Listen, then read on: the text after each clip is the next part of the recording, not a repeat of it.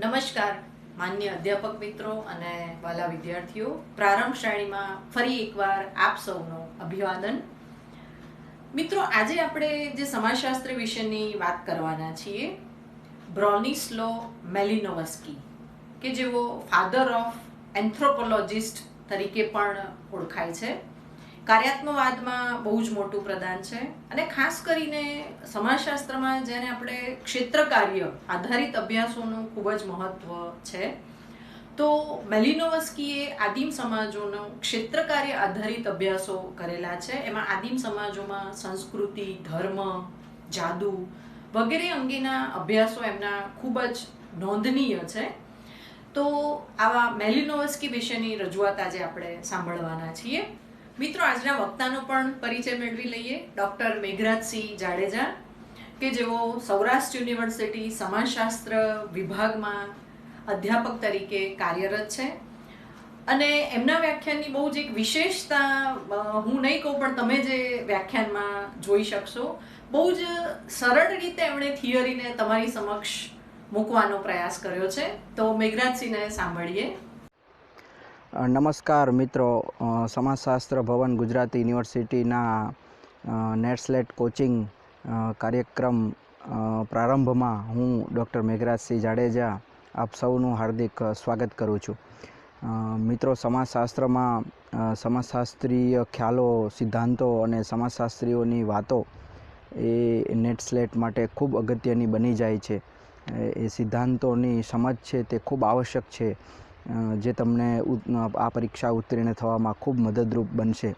અને એના ભાગરૂપે આપણે હરરોજ શ્રેણીમાં સમાજશાસ્ત્રીઓની ચર્ચા છે તે વિદ્વાનો દ્વારા રજૂ થાય છે. મિત્રો, આજે જે આપણે સમાજશાસ્ત્રીની ચર્ચા કરવાના છીએ એ સમાજશાસ્ત્રી એટલે ખૂબ મોટા ગજાના એન્થ્રોપોલોજિસ્ટ અને સમાજશાસ્ત્રી પણ ખરા, પણ જેમની નામના છે તે અગ્રગણ્ય એન્થ્રોપોલોજિસ્ટમાં થાય છે, એવા બ્રોનિસ્લો કેસ્પર મેલિનોવસ્કી. આમ તો મેલિનોવસ્કીનો જન્મ છે તે પોલેન્ડમાં 1884માં થયો અને તેમનું જે કાર્ય છે એ ઇંગ્લેન્ડમાં, બ્રિટનમાં રહ્યું, એટલા માટે આપણે એમને બ્રિટિશ એન્થ્રોપોલોજિસ્ટ તરીકે ઓળખીએ છીએ. 1908માં એમણે યુરોપની જ્વેલેનિયલ યુનિવર્સિટીમાંથી ગણિતશાસ્ત્ર વિષય સાથે એ પીએચડી થયા. એટલે મૂળ તો વિજ્ઞાનના એ વિદ્યાર્થી હતા, પણ તેમની તબિયત છે તે બાળપણથી ખૂબ સારી રહેતી નહોતી. એમની તબિયત સારી નહોતી રહેતી અને માટે છે તે તેઓ વિજ્ઞાનમાં આગળ વધી શક્યા નહીં. અને આ નાદુરસ્ત તબિયતના ગાળા દરમિયાન જ એમણે જે આપણે જેને જેમ્સ ફ્રેઝર તરીકે ઓળખીએ છીએ તેમનું એક બહુ ચર્ચિત પુસ્તક એ તે સમયનું અને આજે પણ ખરું, ધ ગોલ્ડન બો, અને એ પુસ્તક છે તે મેલિનોવસ્કીએ વાંચ્યું અને ત્યાંથી એ એન્થ્રોપોલોજી તરફ એ આકર્ષાયા. ત્યાંથી તે વિજ્ઞાનમાંથી એન્થ્રોપોલોજી તરફ છે તે વળ્યા છે. આમ તો 1880માં એ પુસ્તક પ્રકાશિત થયેલું અને જેમ્સ ફ્રેઝરના એ પુસ્તકમાં માનવીની વિચારધારાની જે ઉત્ક્રાંતિ છે એ ઉત્ક્રાંતિની વાત છે તે એમાં કરવામાં આવેલી, કે કેવી રીતે પહેલાં આદિમ સમાજમાં જાદુ છે તેના ઉપર ખાસ એ ભાર મુકાતો હતો, એ જાદુ. અને ત્યારબાદ જેમ જેમ માનવીની વિચારધારા ઉત્ક્રાંત થતી ગઈ એમ જાદુમાંથી તે ધર્મ તરફ વળ્યો અને ધર્મમાંથી પણ તે આગળ આજે વિજ્ઞાન તરફ આખી એક સફર છે તે પુસ્તકમાં કંડારાયેલી છે. અને 1914-15ના ગાળામાં તો એમના એ 5-6 વોલ્યુમ કે 7 વોલ્યુમ બહાર પડે છે અને એ વાંચે છે મેલિનોવસ્કી, અને ત્યાંથી એ એન્થ્રોપોલોજી તરફ આગળ વધે છે. આપણે એમને ભણવાના એટલા માટે થાય છે કે જે સમાજશાસ્ત્રમાં સૌથી વધુ જે ખેડાણ થયું છે એવી વિચારધારાના એ પ્રણેતા રહ્યા છે. એ વિચારધારા એટલે કાર્યાત્મકવાદી વિચારધારા.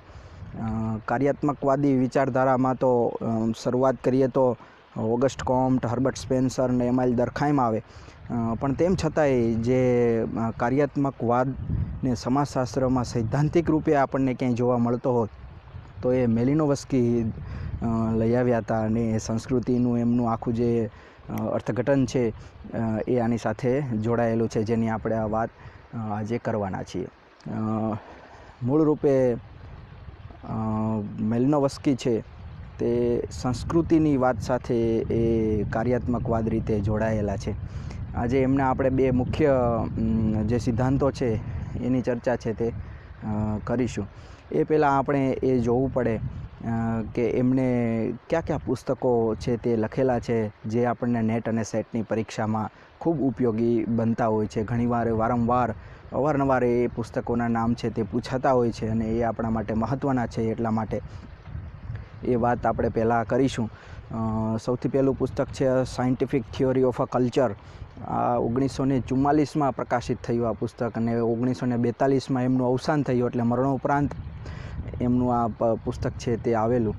આખી જે કલ્ચરની વાત છે અને જે કલ્ચરનું આખું કાર્યાત્મકવાદી પાસું જે દર્શાવેલું છે એ આ પુસ્તકમાં તેમણે દર્શાવેલું છે. ત્યારબાદ છે the family among the Australian Aborigines 1913માં 1913માં એ એમએ કરતા ત્યારે આ પુસ્તક છે તે એમને ઓસ્ટ્રેલિયાની જનજાતિઓની કુટુંબ વ્યવસ્થા પર લખેલું હતું અને 1913માં એ પ્રકાશિત થયેલું. Crime and savage in custom savage society એ પણ 1926માં એમનું મહત્ત્વનું એક પુસ્તક. ત્યારબાદ છે the sexual life of savages 1929માં, the dynamic of culture change 1945માં અને coral gardens and their magic 1935માં ધર્મ અને જાદુની વાત જે છે કરેલી છે તે આ પુસ્તકમાં મેલિનોવસ્કીએ કરેલી છે. અને જે સૌથી પ્રભાવશાળી પુસ્તક રહ્યું, જેને એન્થ્રોપોલોજીમાં ગીતા સમાન ગણવામાં આવે છે, ધર્મ ગ્રંથ તરીકે ગણી શકાય એટલું મોટું પુસ્તક એમનું, એટલું ચર્ચિત પુસ્તક the Argonauts of the Western Pacific 1922માં તે પ્રકાશિત થયું, જેના લીધે તેમને નામના મળી. એમની એન્થ્રોપોલોજિસ્ટ તરીકેની જે ખ્યાતિ છે એ આ પુસ્તકથી દુનિયા સમક્ષ આવે છે. તો આ એમના કેટલાક મહત્ત્વના પુસ્તક છે. ઓર્ગનોટ્સ ઓફ ધ વેસ્ટર્ન પેસિફિક એ તમારે ખૂબ યાદ રાખવું પડશે કારણ કે અવારનવાર એ નેટ અને જીસેટમાં એ પૂછાતું આવે છે. ઓસ્ટ્રેલિયાના દ્વીપ સમૂહો, ઓસ્ટ્રેલિયાની બાજુમાં જે ન્યૂગિનીના દ્વીપ સમૂહો છે અને ત્યાંનો જે અભ્યાસ તેમણે કરેલો એ અભ્યાસની વાત છે આખી, એ અહીંયા આ પુસ્તકમાં મેલિનોવસ્કીએ કરેલી છે. તેઓ 1910માં લંડન સ્કૂલ ઓફ ઇકોનોમિક્સમાં એન્થ્રોપોલોજી ભણવા માટે દાખલ થાય છે. વેસ્ટરમાર્કના એ વિદ્યાર્થી હતા અને ત્યાં તેમને સામાજિક મનોવિજ્ઞાન જે શીખવતા હતા એ સિલિગમન નામના એક વિદ્વાન, અને તેમનાથી પણ તેઓ ખૂબ પ્રભાવિત હતા અને તેમની જ મદદથી એમને આદિવાસીઓના અભ્યાસ માટે એક સ્કોલરશિપ મળી અને એ સ્કોલરશિપ લઈને તેઓ ક્ષેત્ર કાર્ય કરવા માટે ન્યૂગિની પાસેના જે દ્વીપ સમૂહો છે, જે ટાપુઓ છે, જે ટ્રોબ્રિયાન્સ આઇલેન્ડ્સ તરીકે ઓળખાય છે, ત્યાં તેઓ ગયા. ત્યાં ઘણા બધા ટાપુઓ છે અને નાનો સમૂહ છે ટાપુઓનો. એમની જનજાતિઓનો અભ્યાસ કરવા માટે તેઓ ત્યાં ગયા. 1914માં તેઓ ત્યાં ગયા અને એ જ સમયગાળા દરમિયાન દ્વિતીય વિશ્વયુદ્ધ ની સ્થિતિ ઊભી થઈ અને તેઓ ત્યાં ફસાઈ ગયા અને ફસાઈ ગયા એમનો પણ એમને અહીંયા ફાયદો થયો. તેઓ 1 વર્ષ દરમિયાન ત્યાં રહ્યા અને ત્યાંના આદિવાસી જનજાતિઓ ઉપરના જે કંઈ તેમને અભ્યાસ કરવાનો હતો, જે કંઈ સ્ટડી કરવાની હતી અને એ ફિલ્ડ સ્ટડી હતી એમના સમયમાં, એટલે કે 1910 પછીના ગાળામાં કે 19મી સદીના પ્રારંભમાં જે કંઈ એન્થ્રોપોલોજીકલ અભ્યાસો થયેલા તેમાં હિસ્ટોરિકલ પર્સ્પેક્ટિવ જાજો હતો, ઇતિહાસને વધુ મહત્ત્વ અપાતું હતું. આદિમ સમાજની સંસ્કૃતિને સમજવાથી એ સંસ્કૃતિનું સભ્ય સંસ્કૃતિ તરફ કઈ રીતે પરિવર્તન થયું છે એ સમજી શકાશે, આવો એક મત ત્યારે પ્રચલિત હતો અને એમાં ઐતિહાસિક પદ્ધતિ છે તે ખૂબ પ્રચલિત હતી. પણ મેલિનોવસ્કી છે એ પદ્ધતિને નકારે છે અને જેમ મેં કીધું કે સિલિગમન એમના ગુરુ, અને તેમને કીધેલું કે જે પણ સ્ટડી થવો જોઈએ એ ત્યાં રહીને થવો જોઈએ, જ્યાં છે ત્યાં જ થવો જોઈએ. એટલા માટે એ જ્ઞાન થકી તેઓ ત્યાં ફિલ્ડ સ્ટડી, જેને આપણે આજે પાર્ટિસિપેશન ઓબ્ઝર્વેશન કહીએ છીએ, એ પદ્ધતિથી અભ્યાસ કરવા માટે ત્યાં ગયેલા અને તેમણે આ નવતર પ્રયોગથી એ જનજાતિઓનો અભ્યાસ છે તે આરંભ્યો. પછી એ આમ તો 14થી 1918 સુધી ત્યાં રહ્યા, પણ એ સમયગાળા દરમિયાન તેમની આવન જાવનની પ્રક્રિયા શરૂ રહી, એક સાથે તેઓ ત્યાં રહ્યા નથી. ત્યાં રહીને તેમણે આ ફિલ્ડ વર્ક કરેલું અને ત્યારબાદ એ ફિલ્ડ વર્કના આધારે તેમને છે તે આખી સંસ્કૃતિની વાત છે તે કરી. તેમના સમયમાં જે કંઈ એ સંસ્કૃતિને લગતા પ્રશ્નો હતા, એ પ્રશ્નોમાં સંસ્કૃતિનું ઉત્ક્રાંતિ કઈ રીતે થઈ એ સમજવાનો પ્રયાસ છે તે થતો હતો. અને જેમાં મેલિનોવસ્કીનો જે મુખ્ય વિચાર હતો કે સંસ્કૃતિ જે તે સમાજ માટે નિશ્ચિત કાર્ય કરે છે, અને જો સંસ્કૃતિના તત્વોનું કે સંસ્કૃતિનું સમાજ માટે નિશ્ચિત કાર્ય ન હોય તો તે ટકી શકે નહીં. એટલા માટે જે તે સંસ્કૃતિનો અભ્યાસ કરવો હોય તો તે સમાજના પરિપ્રેક્ષ્યમાં જઈને કરવો જોઈએ. ત્યાંના એ સંસ્કૃતિની સમાજ સાથેની જે જોડાયેલી કડીઓ છે એને સમજવી જોઈએ, અને માત્ર નહીં કેવળ એના એક બે પાસાથી, પણ એઝ અ હોલ આખી સંસ્કૃતિનો લઈ અને દરેક પાસાને લઈ અને એનો અભ્યાસ થવો જોઈએ, એ એમનો મુખ્ય વિચાર. અને સંસ્કૃતિ એ કેવી રીતે જન્મે છે, જ્યાંથી એ કાર્યાત્મકવાદી ગણાય છે, એ આ બાબતથી ગણાય છે કે સંસ્કૃતિનું પણ કેટલુંક ફંક્શન છે, એ કલ્ચરનું એક ફંક્શન છે સોસાયટી માટે, વ્યક્તિ માટે, માનવ માટે, અને એ ફંક્શન કરવા માટે એ સાંસ્કૃતિક તત્વો છે તે જીવે છે. અને આ આખી જે વાત છે તે એમને આવશ્યકતાઓના સંદર્ભમાં રજૂ કરી છે કે માનવીની જે કંઈ આવશ્યકતાઓ છે એ આવશ્યકતાઓની પૂર્તિ માટે સંસ્કૃતિ જન્મ લે છે, અને સંસ્કૃતિના વિવિધ તત્વો જન્મતા જાય છે, અને આખી એક એઝ અ હોલ સંસ્કૃતિ છે તે કાર્ય કરે છે. એમની સંસ્કૃતિની વ્યાખ્યા પણ ખૂબ મહત્ત્વની છે, એ આપણે સમજવી જોઈએ. સંસ્કૃતિ એ વારસામાં મળેલા ઓજારો, સાધનો, હથિયારો, ચીજવસ્તુઓ, ટેકનિકલ પ્રક્રિયાઓ, વિચારો, ટેવો અને મૂલ્યોની બનેલી છે. તો આ બધી વાતને એ વણી લે છે, અને એ બધી વાત જ્યારે ભેગી થાય ત્યારે એક સંસ્કૃતિનું નિર્માણ થાય છે, એમ મેલિનોવસ્કી છે તે માનતા હતા. આજે આપણે જે વાત કરવાના છીએ એ તેમના બે મુખ્ય સિદ્ધાંતો. આમ તો એક સિદ્ધાંત તો એક જ કહી શકાય, બીજી એક આખી એમની અલગ વાત છે તે રજૂ કરી છે. એટલે એક આવશ્યકતાઓનો સિદ્ધાંત, જેના દ્વારા આખું એમનેથી અલગ બીજા એન્થ્રોપોલોજીસ્ટથી તેઓ અલગ પડે છે. અને બીજી એક વાત છે જે વારંવાર નેટમાં પૂછાય છે, એમનું મહત્ત્વની બાબત, જેનાથી એ સાબિત કરવા માગતા હતા કે સંસ્કૃતિની માનવીની આવશ્યકતાઓની પૂર્તિ માટે છે, એ કુલા રિંગની આખી એક વિભાવના જે એમણે રજૂ કરેલી છે.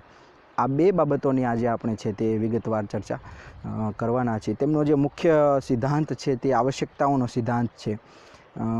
આ સિદ્ધાંતમાં તેઓ જણાવે છે કે માનવીની જે કંઈ આવશ્યકતાઓ છે એ આવશ્યકતાઓની પૂર્તિ માટે સંસ્કૃતિ જન્મ લે છે. સંસ્કૃતિના તમામ તત્વો છે તે આવશ્યકતાઓની પૂર્તિ માટે કાર્ય કરે છે, ફંક્શન કરે છે, અને એવી રીતે આખું માનવ જીવન છે તે ચાલે છે. તો આ આવશ્યકતાઓને, જરૂરિયાતોને, માનવીની જરૂરિયાતોને એમને મુખ્ય 3 વિભાગમાં છે તે વહેંચી છે. આ પ્રશ્ન પણ વારંવાર પૂછાય છે, સિક્વન્સ આપેલો હોય કે એમની આવશ્યકતાઓ ને દર્શાવો કે સાચા ક્રમમાં દર્શાવો વગેરે. એટલે આ પણ એક જરૂરી છે આપણા માટે કે આપણે યાદ રાખવું પડશે. પહેલો જે પ્રકાર છે એ આવશ્યકતાઓનો, એ પાયાગત અથવા તો પ્રાથમિક અથવા તો જરૂરી, જેને આપણે કહી શકીએ, એ પાયાગત જરૂરિયાતો છે, આવશ્યક જરૂરિયાતો છે, જે માનવીને જીવન જીવવા માટે, સમાજમાં રહેવા માટે એ ખૂબ અગત્યની છે. એ જરૂરિયાતોની પૂર્તિ તો કરવી જ પડે. એમાં તેમણે મુખ્ય 7 બાબતો છે તે અંકિત કરેલી છે કે કઈ 7 બાબતો એવી છે કે જે પ્રાથમિક છે માનવીના જીવન માટે. એમાં સૌથી પહેલી આવે છે ચયાપચય, એટલે કે માનવીને જીવંત રહેવા માટે શરીરને ખોરાકની આવશ્યકતા છે, અને આ આવશ્યકતાની પૂર્તિ માટે જો એને જીવન રહેવા શરીરને નહીં મળે પોષણ, તો શરીર ચાલી શકવાનું નથી. અને એની પૂર્તિ માટે સંસ્કૃતિ શું આપે છે આપણને, એ સંસ્કૃતિ શેનું એ આવશ્યકતાની સંસ્કૃતિ કઈ રીતે પૂર્તિ કરે છે, તો એ ખોરાકની રીતભાત છે, ખોરાક છે, અને ખોરાકની બનાવટ છે, ખોરાકનું સંગ્રહણ છે, વિવિધ ખોરાકની પદ્ધતિઓ છે. આ બધું જે આપણને આ સંસ્કૃતિ છે તે આપી અને આ આપણી જરૂરિયાત છે, જે પ્રાથમિક જરૂરિયાત છે તે પૂર્ણ કરે છે. તમે જુઓ કે ભારતમાં કેટલી જુદી જુદી સંસ્કૃતિઓ નિવાસ કરે છે, અને એ જુદી જુદી સંસ્કૃતિઓ પ્રમાણે દરેકનું જુદું જુદું ભોજન છે. જો મેલિનોવસ્કી આ બાબત છે તે સમજાવવા માંગે છે કે એવું કેમ છે, દરેક સંસ્કૃતિનું પોતાનું આગવું મહત્ત્વ છે, અને એ આગવું મહત્ત્વ એટલા માટે છે કે દરેક સ્થિતિમાં, દરેક સ્થળ ઉપર જે અલગ સંસ્કૃતિઓ છે એનો જન્મ એટલા માટે જ થાય છે કે દરેક માનવીની આવશ્યકતાઓ જુદા જુદા પ્રકારની છે. ભલે તેમાં એ સમાન આવશ્યકતાઓ છે, છતાંય એની નીડ્સ છે તે જુદી જુદી છે. દાખલા તરીકે સમુદ્ર તટ પર રહેતા લોકોની આવશ્યકતા છે એ ભોજનની અલગ છે. આપણા ભારતની વાત કરીએ તો ઉત્તરમાં રહેતા લોકોને જ્યાં ખૂબ ઠંડી પડે છે ત્યાં ગરમ ખોરાકની આવશ્યકતા વધુ છે, એટલે ત્યાં માંસાહાર વધારે થાય એ સ્વાભાવિક છે. મધ્ય ભારતમાં જ્યાં સમશીતોષ્ણ કટિબંધ છે આખો, અહીંયા વાતાવરણના હિસાબે ત્યાં એ પ્રમાણેનો ખોરાક છે. દક્ષિણ ભારતમાં તમે જુઓ તો વાતાવરણ ખૂબ ગરમ છે, એટલે ત્યાંનો ખોરાક એ પ્રકારનો છે. એટલે જુઓ તમે કે સંસ્કૃતિનું નિર્માણ જે છે ત્યાં ભાત અને મચ્છી ખાવાનો એક શું કહેવાય નિત્ય ખોરાક છે એમનો, ભાત અને મચ્છી.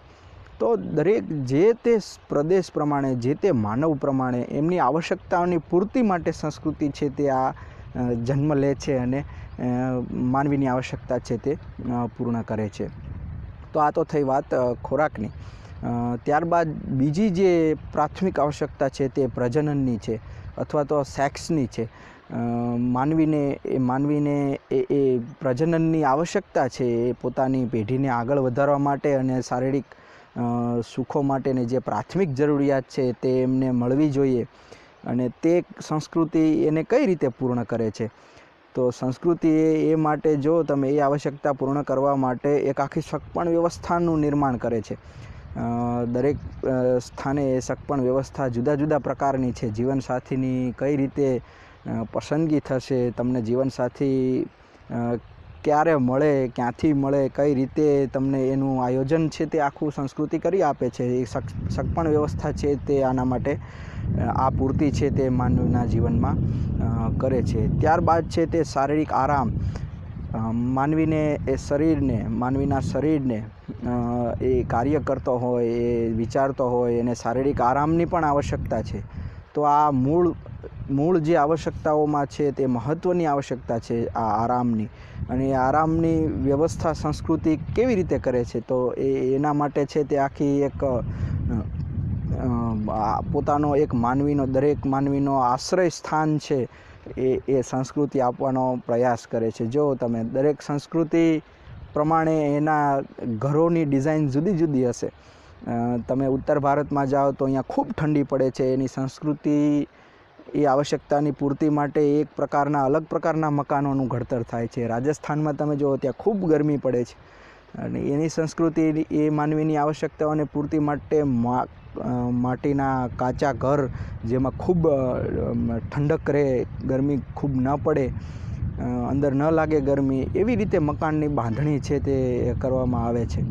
તમે દક્ષિણમાં અથવા તો પૂર્વના વિસ્તારમાં જાઓ તો ત્યાં વરસાદ વધારે છે, તો ત્યાં આખા મકાનની ડિઝાઇન છે તે કેવી રીતે એ સંસ્કૃતિ છે તે, ટૂંકામાં કહેવાનો મતલબ એ છે કે સંસ્કૃતિ છે તે જુદા જુદા આવાસો, રહેઠાણો અને આશ્રય સ્થાનો છે તે આપે છે આ પૂર્તિ માટે.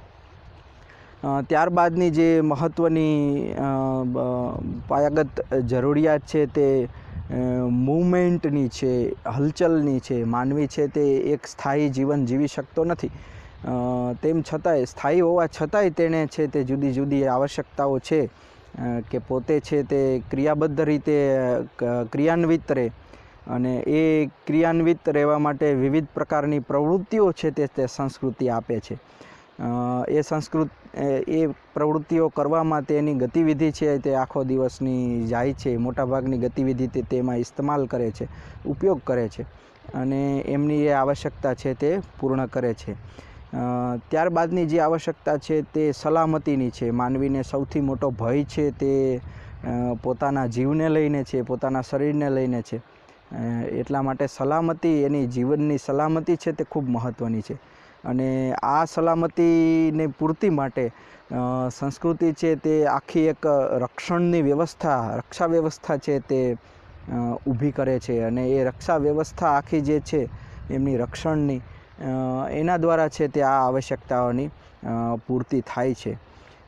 ત્યારબાદ છે તે વિકાસ અને વૃદ્ધિ. માનવીની સૌથી મોટી આવશ્યકતા છે નાનપણથી જ્યારે જન્મે ત્યારથી તે મૃત્યુ પામે ત્યાં સુધી એની વૃદ્ધિ થયા રાખે છે, વિકાસ થયા રાખે છે. અને આ વિકાસ થવા માટે પણ એને સંસ્કૃતિની આવશ્યકતા છે. કેવી રીતે નાનું બાળક છે એ આગળની બધી પ્રક્રિયાઓ શીખે છે. દાખલા તરીકે ચાલતા શીખે છે, બોલતા શીખે છે, રહેતા શીખે છે, જમતા શીખે છે. તો આ જે એની વૃદ્ધિ થાય છે ધીરે ધીરે, એમાં સંસ્કૃતિનું કયું તત્વ એને મદદરૂપ બને છે? તાલીમ અને કેળવણી. આ જે સંસ્કૃતિની એક મોટી વ્યવસ્થા છે. કુટુંબ આપે, મિત્ર મંડળ આપણે જેને આપણે સામાજિકરણ પણ કહીએ છીએ.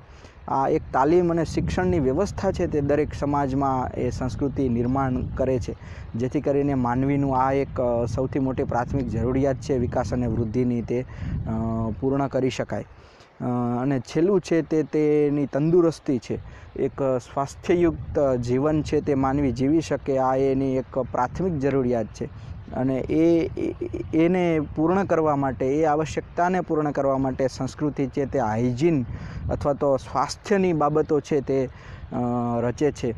દાખલા તરીકે આપણે જો આપણા ખોરાકમાં કઈ રીતે એવા મરી મસાલાઓનો ઉપયોગ કરીએ કે જેથી સ્વાસ્થ્ય છે તે નિરોગી રહે. આપણે ત્યાં તુલસી ઘરમાં વાવવામાં આવે છે, તુલસીનો ઉપયોગ કરવામાં આવે છે.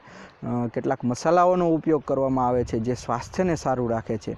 જો હાઇજીનની વાત પણ એ સાંસ્કૃતિક આવશ્યકતા આપણને પૂર્ણ કરે છે. સંસ્કૃતિ આપણને એ જમતા શીખવે છે કે સ્વચ્છ ભોજન કઈ રીતે કરાય, પકાવીને કઈ રીતે ખવાય. તો આ આખી એક બાબત છે જે સંસ્કૃતિ આપણને છે તે આવશ્યકતા પૂર્ણ કરવામાં મદદરૂપ બને છે. અને આ જુદા જુદા સાંસ્કૃતિક તત્વો છે જે બધાય, ખોરાક હોય કે રહેઠાણ હોય કે એ બધી બાબતો છે તે આ માનવીની મૂળભૂત આવશ્યકતાને પૂર્ણ કરવા માટે જન્મ લે છે.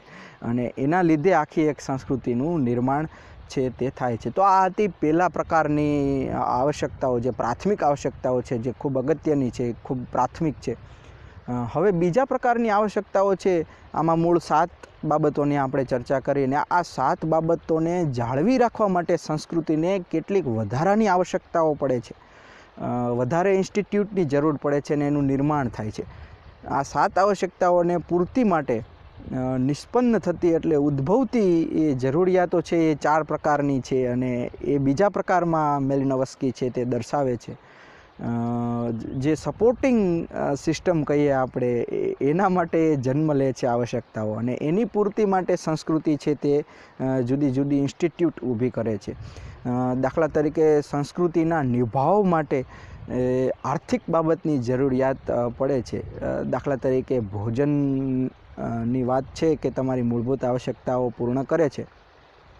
તો આ ભોજનને યથાવત રાખવા માટે આર્થિક બાબત છે તે ઊભી થાય છે. અને એ આર્થિક માંગને સંતોષવા માટે એક અર્થવ્યવસ્થા આખી છે જે સંસ્કૃતિ ઊભી કરે છે. દાખલા તરીકે માનવીને ભોજનની આવશ્યકતા છે ને એ આખી ખેતીની સંસ્થા, કૃષક સંસ્થા આખી એક ઊભી થાય છે. મૂળ રૂપે તો એ આર્થિક સંસ્થાનો જ ભાગ છે. એટલા માટે જો તમે એ વેપાર ધંધા, આ બધી જે બાબત છે એ ઉદ્ભવે છે એટલા માટે, કારણ કે સંસ્કૃતિના નિભાવ માટે એની જરૂરિયાત છે. અને આવી રીતે આખી એક બહુ મોટી અર્થવ્યવસ્થા આખી જન્મ લે છે. બીજા પ્રકારની છે તે વર્તન નિયંત્રણ. સોસાયટીના માનવના જે વર્તનો છે એ સમાજમાં, એ પણ નિયંત્રિત હોવા જોઈએ. જો તેમાં દાખલા તરીકે લગ્નની વાત થઈ કે માનવીને જરૂરિયાત છે સંભોગની, અને એના કેટલાક નિશ્ચિત દાયરાઓ ન હોય તો એમાં અસ્તવ્યસ્તતા ઊભી થાય છે, અવ્યવસ્થા ઊભી થાય છે. એટલા માટે એનું જે નિયંત્રણ છે માનવીની ક્રિયાઓનું એ પણ કરવું જરૂરી બને છે. અને આ માટે એક આખી સંસ્કૃતિને બીજી સંસ્થાની આવશ્યકતા પડે છે. અને સામાજિક નિયંત્રણ, નીતિ નિયમો, કાયદા કાનૂન, આખી એક વ્યવસ્થા છે તે સંસ્કૃતિ નિર્માણ કરે છે આ આવશ્યકતાની પૂર્તિ માટે. આ બીજા પ્રકારની હતી. ત્યારબાદ ત્રીજા પ્રકાર છે તે સામાજિકરણ છે. માનવીને સમાજમાં જ્યારે નવું વ્યક્તિ આવે છે અને સમાજ માટે એને લાયક બનાવવાનું હોય છે, એને સમાજની વ્યવસ્થા શીખવવાની હોય છે, આ આવશ્યકતાની પૂર્તિ માટે એક આખી સામાજિક વ્યવસ્થાની જરૂર પડે છે. અને એ આવશ્યકતાની પૂર્તિ માટે શિક્ષણ વ્યવસ્થા જેવી આખી સંસ્થા છે તે નિર્માણ પામે છે. કારણ કે જ્યારે પણ નવો સદસ્ય સમાજમાં ઉમેરાશે એને નવી નવી બાબતો શીખવવી પડશે, એનું સામાજિકરણ કરવું પડશે, એને જીવતા શીખવવું પડશે. તો એટલા માટે થઈ અને આખી એક શિક્ષણની વ્યવસ્થા છે એ જન્મ લે છે. અને છેલ્લી છે ચોથી, તે સત્તાનો અમલ અથવા તો એના વિકાસ માટે, માનવી ઉપર કાબૂ રાખવા માટે એક આખી વ્યવસ્થાની જરૂર પડે છે. એક નવી આવશ્યકતા ઉદ્ભવે છે અને જેને સંસ્કૃતિ, જેના જવાબરૂપે, જેની પૂર્તિ માટે એક આખી સંસ્થાનો ઉદ્ભવ થાય છે. એ રાજ્ય વ્યવસ્થા અથવા તો રાજકીય વ્યવસ્થા એ ઉદ્ભવે છે, જે માનવીને નિયંત્રિત કરે છે, જે માનવી ઉપર સત્તાઓ ભોગવે છે અને એ સત્તા દ્વારા માનવીને વધુ રીતે નિયંત્રિત કરી શકાય છે. તો આ 4 પ્રકાર છે તે બીજા પ્રકારમાં મેલિનોવસ્કી આપે છે, જે વધારાની આવશ્યકતાઓ, નિષ્પન્દ એટલે ઉદ્ભવતી આવશ્યકતાઓ છે. પેલી 7ને પૂરી કરવા માટે, પેલી 7ને મદદરૂપ થવા માટે આ બીજી 4 આવશ્યકતાઓ છે તે જન્મ લે છે. હવે છેલ્લો પ્રકાર જે આવશ્યકતાઓનો મેલિનોવસ્કી જણાવે છે તે છે સુગઠનાત્મક જરૂરિયાતો. સમાજને એક સુગઠિત રીતે ચલાવવા માટે કેટલીક આવશ્યકતાઓ ઉદ્ભવે છે માનવીને. અને એ જરૂરિયાતોની પૂર્તિ માટે દાખલા તરીકે જે કંઈ તમે શીખો છો માનવી તરીકે, આપણે આપણા બાળકને શીખવીએ છીએ, એ એકવાર શીખી લેવાથી એ અલોપ થઈ જતું નથી. એને પેઢી દર પેઢી આગળ વધારવા માટે પણ કેટલીક આવશ્યકતાઓ છે, જેમાં રિવાજો, મૂલ્યો, ધોરણો, એક આખી ધર્મની વ્યવસ્થા, કલા અને સૌથી મહત્ત્વનું જે છે તે ભાષા. જો ભાષા ન હોય તો આપણે આપણી પેઢીને આપણે જે કંઈ આપણે શીખ્યા છીએ, આપણી પાસે જે કંઈ છે જ્ઞાન, એ દઈ શકશું નહીં. એટલા માટે ભાષા પણ એટલી જરૂરી છે, જેના લીધે સુગ્રથિત રીતે આખી એક સમાજ વ્યવસ્થા છે તે ચાલે છે. તો આ 3 પ્રકારની મૂળભૂત આવશ્યકતાઓ છે, જેની પૂર્તિ માટે દરેક સંસ્કૃતિ છે એ પ્રયત્ન કરતી હોય છે. અને આ આવશ્યકતાઓની પૂર્તિમાંથી જ એ સમાજ છે, એ સંસ્કૃતિ છે તે નિર્માણ છે તે પામે છે. આખી એક સામાજિક વ્યવસ્થા નિર્માણ પામે છે. મેલિનોવસ્કી એ જ સમજાવવા માંગે છે કે જ્યારે તમે સંસ્કૃતિને જુઓ છો ત્યારે કોઈ એના એક પાસાને જ માત્ર જોવાથી તમને એ સમાજ કે સંસ્કૃતિ વિશે જ્ઞાન મળશે નહીં, પરંતુ સમાજના પ્રત્યેક અંગને, એટલે કે આખી સંસ્કૃતિને એ રીતે સમજવી પડશે માનવીના જીવન સાથે જોડીને. તો તમે એ સમાજની છે તે આખી બાબત છે તે સમજી શકો. તો આ હતી વાત મેલિનોવસ્કીના આખા સિદ્ધાંતની, કે જે આવશ્યકતાઓનો સિદ્ધાંત છે, જેના લીધે એ કાર્યાત્મકવાદમાં ખૂબ નામના પામ્યા છે. આ આવશ્યકતાઓની પૂર્તિ જે છે એ જો કોઈ પણ સમાજ કે કોઈ પણ સમાજની સંસ્કૃતિ નહીં કરે તો એ સમાજમાં, એ સંસ્કૃતિમાં એ તત્વ ટકી રહેશે નહીં. એમની મુખ્ય વાત આ હતી કે જે કોઈ બાબત છે એનું ફંક્શન નક્કી છે. તમને સંસ્કૃતિમાં જે કંઈ દેખાય છે, તમે એ સેવેજ સોસાયટી હોય કે સભ્ય સમાજ હોય, એ આધુનિક સમાજ હોય કે બહુ આદિમ સમાજ હોય, એ બંને ઉત્ક્રાંતિની રીતે આગળ પાછળ નથી. એ સમાજની જુદી આવશ્યકતાઓ છે. આદિમ સમાજની આવશ્યકતાઓ પૂર્તિ કરે છે, એટલા માટે એ આદિમ સમાજની સંસ્કૃતિની રચના થાય છે. અને સભ્ય સમાજમાં પણ એવી જ બાબત છે. અને આ બે વસ્તુને સમજાવવા માટે એમને જે ટ્રોબ્રિયાન ડીપ સમૂહ ઉપર જોયું અને એમના અભ્યાસનો જે મુખ્ય ભાગ હતો એ કુલા રિંગની વાત છે, તે એના દ્વારા તે સમજાવવા માંગે છે. તો આપણે જોઈએ કે આ કુલા રિંગની વાત છે તે શું છે. આમ તો કુલા છે એટલે એ ટ્રોબ્રિયાન દ્વીપવાસી આદિવાસીઓનો એક શબ્દ છે કુલા, અને જેને આપણે એનું અર્થઘટન કરીએ તો કુલા એટલે એક્સચેન્જ, એટલે આપ લેની બાબત છે, જેના માટે એ શબ્દ વાપરે છે કુલા. આખો શબ્દ તમને એમ થાય કે કુલા રિંગ કેમ છે, એ આગળ જતાં આપણે સમજશું.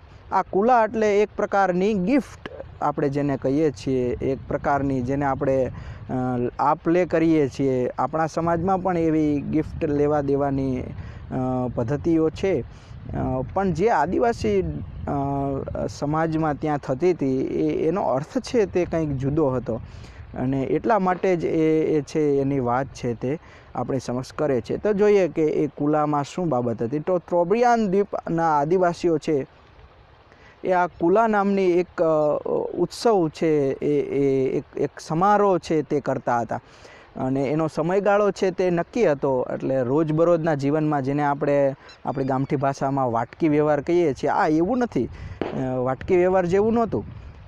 તેનો સમયગાળો છે તે નક્કી હતો કે જે વર્ષમાં 2 વાર આવે, અને એ વર્ષ દરમિયાન 2 વારમાં એક ઉત્સવની રીતે, એક સમારોહની રીતે એ નાવમાં બેસીને નીકળે એક દ્વીપ સમૂહમાંથી અને બીજા દ્વીપ સમૂહોમાં જાય, અને ત્યાં છે તે એ ગિફ્ટ છે, એ જે કુલા છે એ આખી પદ્ધતિ, એ ગિફ્ટ આપવાની પરંપરા છે તે નિભાવવામાં આવતી. આ એમને જોયું અને એમને એના ઉપર વધારે ગહન રીતે અભ્યાસ છે તે કરેલો કે આ કેમ આદિવાસી લોકો છે તે આ કુલાની આખી જે આપલેની પદ્ધતિ છે, આપલેની જે સમારોહ છે, એ એક્સચેન્જ કેમ કરે છે આ ગિફ્ટમાં. અને એ ગિફ્ટમાં માત્ર એનો ઉદ્દેશ્ય વ્યક્તિ વચ્ચે નહીં, પણ એ જુદા જુદા દ્વીપ સમૂહોમાં એકબીજાના દ્વીપો વચ્ચે સામાજિકતા સુગ્રથન થઈ રહે, સામાજિક એકતા બની રહે, એટલા માટે છે તે આ છે આખો એક ઉત્સવ છે તે ઉજવવામાં આવતો હતો. આ કુલા રિંગ છે એમાં 2 પ્રકારે એ ગિફ્ટ છે તે એમને જોવા મળેલી હતી. જે એક આપણે જેને ગુજરાતીમાં બાજુબંધ કહીએ છીએ, જે બહેનો છે તે અહીંયા બાવડા ઉપર કે હાથમાં ઓલા સફેદ કલરના કડલા જેવી બંગડીઓ જેવું પહેરે, એ પ્રકારની એક જેને આપણે આર્મ બેલ્ટ કહીએ, જેને એ આદિવાસી ભાષાઓમાં મોવાલી તરીકે ઓળખે છે, એ મોવાલીને ગિફ્ટ તરીકે આપવામાં આવતી હતી. અને બીજી ગિફ્ટ છે એ ગળાનો હાર, જેને આપણે નેકલેસ કહીએ, ગળામાં પહેરાતો, અને તેને એ આદિવાસી એમની ભાષામાં સોલાવા તરીકે ઓળખાવે છે. તો આ 2 પ્રકારની જ ગિફ્ટ છે તેનું આદાન પ્રદાન છે તે થતું હતું. જો તમે અહીંયા એ બાબત સમજવી પડે કે એ બંને છે તે ખૂબ કિંમતી હોય એવું નથી, એની કિંમત કશી નથી, પણ એની સામાજિક કિંમત છે તે ખૂબ વધારે છે. કે જે વ્યક્તિ વધારે એ એક્સચેન્જ કરે છે, વધારે આપલે કરે છે, એને પોતાના સમાજમાં એક પ્રેસ્ટીજ, એક એને શું કહીએ આપણે, એને એક દરજ્જો મળે છે, એક પ્રતિષ્ઠા મળે છે, અને એ પ્રતિષ્ઠાનું પ્રતીક છે.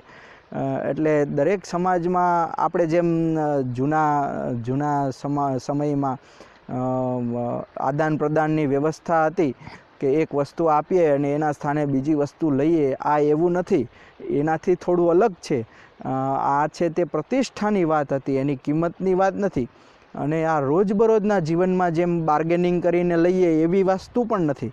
એ વર્ષમાં 2 જ વાર થાય, અને એ વર્ષમાં 2 વાર થાય ત્યારે એકબીજા દ્વીપ સમૂહ ઉપર જઈને એકબીજા વ્યક્તિઓ છે તે એનું આદાન પ્રદાન કરતા, જેથી કરીને એનો સામાજિક દરજ્જો જે એ સમાજમાં છે તે બતાવી શકે, શો ઓફ કરી શકે કે અમારી પાસે આટલું એ ગિફ્ટ છે, અને એનું પ્રદર્શની પણ કરવામાં આવતી હતી. તો આ 2 પ્રકારની છે, એ 2 પ્રકારની આઇટમ છે જેની આપલે છે તે થતી હતી. હવે મેલિનોવસ્કી એ ઉપરાંત એ પણ જોવે છે કે એ 2 વસ્તુઓમાં જે બાજુબંધ છે, એ જેમ ઘડિયાળ આમ ફરે એ રીતે દ્વીપ સમૂહોમાં અહીંયાથી નીકળે અને બીજા દ્વીપ સમૂહ, ત્રીજા દ્વીપ સમૂહ, ચોથા દ્વીપ સમૂહ, એ રીતે જેને આપણે ક્લોકવાઇઝ કહીએ એ રીતે ફરતી હતી. અને જ્યારે નેકલેસ આપણે જેને સોલાવા એ ભાષામાં આદિવાસી ભાષામાં સોલાવા કહે છે, આપણે જેને હાર કહીએ છીએ, એ હાર છે તે કાઉન્ટર ક્લોકવાઇઝ એટલે આ દિશામાં છે, એક દ્વીપસમૂહથી બીજા દ્વીપસમૂહના ત્રીજા દ્વીપસમૂહમાં, એવી રીતે એ ગિફ્ટની એક્સચેન્જ છે તે થતી હતી. તો જુઓ તમે, અહીંયા મેલિનોવસ્કી સમજાવવા એ માંગે છે કે એ અલગ રીતે એમના એ સંસ્કૃતિમાં એ એમની આવશ્યકતાઓની પૂર્તિ કરે છે, અને એ માટે છે તે આ આખી વ્યવસ્થા છે તે ચાલતી હતી. એમને છે એ વાત ક્લોકવાઇઝ અને કાઉન્ટર ક્લોકવાઇઝ પણ એ છે તે જોઈ.